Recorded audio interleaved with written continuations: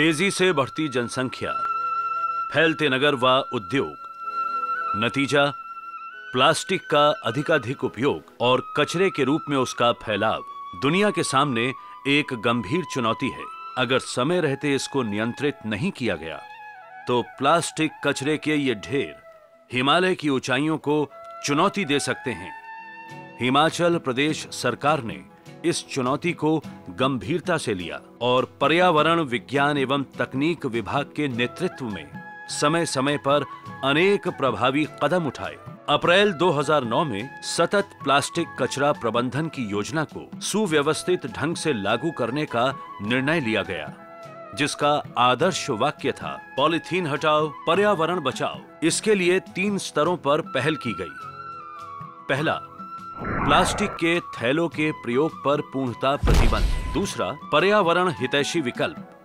तीसरा, प्लास्टिक कचरे के फैलाव की समस्या का टिकाऊ प्रबंधन। राज्य के पर्यावरण विज्ञान एवं तकनीक विभाग ने पर्यावरण संरक्षण एवं स्वच्छता के एक निष्ठ लक्ष्य को सामने रखा और सरकार के विभिन्न विभागों जैसे विज्ञान प्रौद्योगिकी राज्य परिषद, पर्यावरण नियंत्रण बोर्ड और लोक निर्माण विभाग के बीच आपसी समन्वय स्थापित किया तथा एक ऐसा संस्थागत मैकेनिज्म विकसित किया जिसके अंतर्गत सामान्य नागरिकों की सतत सहभागिता के द्वारा प्लास्टिक कचरे को एकत्र करके कलेक्शन सेंटर तक पहुंचाया जाना था और फिर उसका उपयोग सड़क के निर्माण में किया जाना था।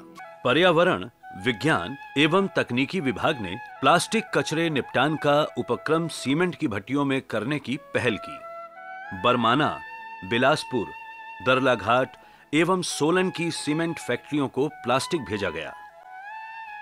शिमला, कुल्लू और बिलासपुर की नगर निगमों द्वारा भी कुछ प्लास्टिक इन भट्टों को भेजा गया था। अभी बेहतर व अनुकरणीय समाधान की खोज बाकी है। तमिलनाडु राज्य में प्लास्टिक कचरे का उपयोग सड़क निर्माण में किया जा चुका था। महसूस किया गया कि क्यों ना इस नए समाधान को आजमाया जाए। अप्रैल 2009 में इसकी तकनीक को समझने के लिए केंद्रीय सड़क अनुसंधान संस्थान दिल्ली के विशेषज्ञ डॉक्टर सुनील बोस को आमंत्रित किया गया। 15 और 16 दिसंबर 2009 लोक निर्माण विभाग द्वारा पायलट योजना के प्रदर्शन के लिए टोटू से जुबेरहट्टी एयरपोर्ट रोड के 800 मीटर लंबे टुकड़े की पहचान की गई और फिर इसके निर्माण का कार्य प्रारंभ हुआ। सड़क के नमूनों का परीक्षण करने पर पाया गया कि ये सड़क न केवल अपेक्षाकृत मजबूत है बल्कि जलरोधी भी है। विशेष बात यह भी है कि इस तकनीक के द्वारा प्रति किलोमीटर सड़क के निर्माण में 35,000 से 40,000 रुपए तक की बचत होती है। पॉलीथीन हटाओ, पर्यावरण बचाओ, इस जन जागरूकता अभियान को 2 स्तरों पर चलाया जाना था। इसके पहले फेज के अंतर्गत दिसंबर 2009 से मार्च 2010 स्वैच्छिक कार्यक्रमों द्वारा स्वच्छ हिमाचल प्रदेश अभियान का प्रारंभ किया जाना था। राज्य में अभियान को सफलतापूर्वक कार्यान्वित करने वाले जिलों व हर जिले की सर्वोत्तम 3 पंचायतों व 3 निकायों को पुरस्कृत किए जाने की घोषणा की गई। राज्य स्तर के एक कार्यक्रम के दौरान 22 अप्रैल 2010 को दूसरे चरण का अभियान प्रारंभ हुआ। शिमला व कांगड़ा को सर्वोत्तम जिले घोषित किया गया तथा दोनों को संयुक्त रूप से पुरस्कृत किया गया।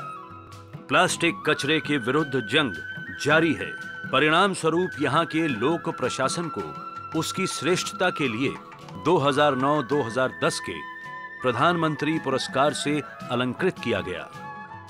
ये भारतवर्ष का पहला ऐसा राज्य बन चुका है जिसने प्रबंधन के नए प्रयोगों एवं प्रशासनिक कौशल के द्वारा प्लास्टिक कचरे से पूर्णतः मुक्ति का मार्ग पा लिया है।